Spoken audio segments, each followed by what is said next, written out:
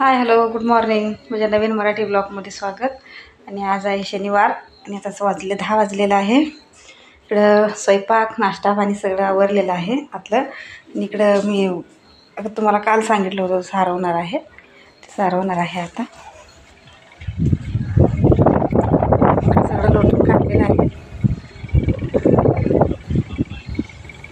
धुणं भांडी पण आहे. आता काय धुणं भांडी करणार नाही, कारण पहिलं सारवून घेतो मग धुणं भांडी करतो. सगळं माती सफाई केलेलं आहे बघा. सकाळपासून बाबांनी पण केलेलं आहे. हे सगळं थोडंसं राहिलेलं आहे. इकडं सगळं केलेलं आहे, एवढं राहिलेलं आहे.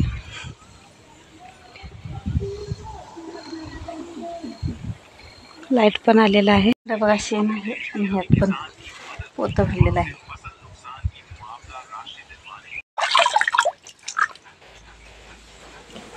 इकडे एक बारडी पाणी घेतलेलं आहे. त्या पाण्यामध्ये शेण टाकायचं आणि ते शेणाचं पाणी करून घ्यायचं. म्हणजे घट्ट असं पहिल्यांदा सारवायचं असलं तर असंच करायचं, मग नंतर हातानं सारवून घ्यायचं आहे. आणि इकडे शेण टाकलेलं आहे पाण्यात. मग ते व्यवस्थित ते हे करून घ्यायचं आहे वेगळं असं. आता इकडं सारवायचं. इकडे एक मग पण घेतलेला आहे. ते एक मग टाकायचं आणि इकडे एक साळोथं घेतलेलं आहे आणि बाद साळोथं घ्यायचं. मग असं करायचं बघा, पहिल्यांदा सारवायचं असलं तर. आणि इकडं बाबांनी ते राहिलेलं माती टाकायला लागल्यात आणि पूर्ण आज होतंय ते माती टाकून. हे बघा असं पूर्ण टाकलेलं आहे. आणि व्हिडिओ ह्यांनी करायला लागल्यात. जवळून व्हिडिओ करा म्हटलं मी, त्यांनी इकडं लांब बसलेलं आहे, तसंच व्हिडिओ केलेला आहे. खुर्चीवर तिकडं लांब बसलेलं आहे त्यांनी, मग व्हिडिओ असं केलेलं आहे. बघा असं मी सारवलेलं आहे. म्हणजे किती मस्त दिसतंय ते पूर्ण वाळल्यावर. आणि पहिल्यांदा सारवायचं असलं तर असं शेणाचं पाणी करून मग एक असं बाद साळोथं घ्यायचं आणि एक मग पाणी ते शेणाचं पाणी टाकून असं साळोथं मारायचं. घट्ट शेणाचं पाणी घट्ट करून घ्यायचं आणि असं सारवायचं आहे. आता पूर्ण झालेलं आहे सारवून. तर हे बारडी ते सगळं धुवायचं आहे. आणि इकडं पूर्ण झालेलं आहे बघा, किती मस्त दिसायला लागलेत. आणि आता पाणी आलेलं आहे. पाणी आता कसं वाटलं प्लीज कमेंटमध्ये सांगा. आणि इकडं पाणी आलेलं आहे.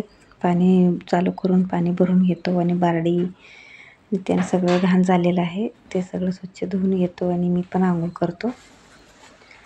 चला इकडं मी आंघोळ करून घेतलं आणि आता जरा जेवलो. बाकीचं काम अजून करायचं आहे, धुणं भांडी. मी थोडा वेळ बसून उठलो. आता जरा वाळलेलं आहे आणि वाळायला 2 दिवस तर पाहिजे. तर बघा भांडी बाहेर ठेवलेलं आहे आणि इकडं धुणं पण धुवायचं आहे. पहिलं धुणं भिजत ठेवतो आणि इकडं भांडी घासायला लागलो आहे. आणि भांडी घासायला मी काय वापरतो बघा, मी चुलीतला राख घेतलेला आहे आणि एक कुकरचा डबा आहे ते, त्या डब्यामध्ये भरून ठेवतो. आणि निरमा पावडर आहे, निरमा आणि राख ते मिक्स करून ठेवायचं. मग भांडी चुलीवरचं भांडी घासायचं, मस्त चकचकीत निघतं. चला इकडं भांडी घासून ठेवलेलं आहे आणि इकडं धुणं पण धुवून टाकलं. आणि इकडे ज्वारी नीट करायचं आहे, दळप करायचं आहे, त्यामुळे इकडं बाहेर ठेवलेलं आहे. आणि कसं वाटलं प्लीज कमेंटमध्ये सांगा. आणि चॅनलवर नवीन असाल प्लीज चॅनलला सबस्क्राईब करा आणि प्लीज सपोर्ट करा. आणि परत भेटूया पुढच्या ब्लॉगमध्ये. तोपर्यंत बाय बाय. आता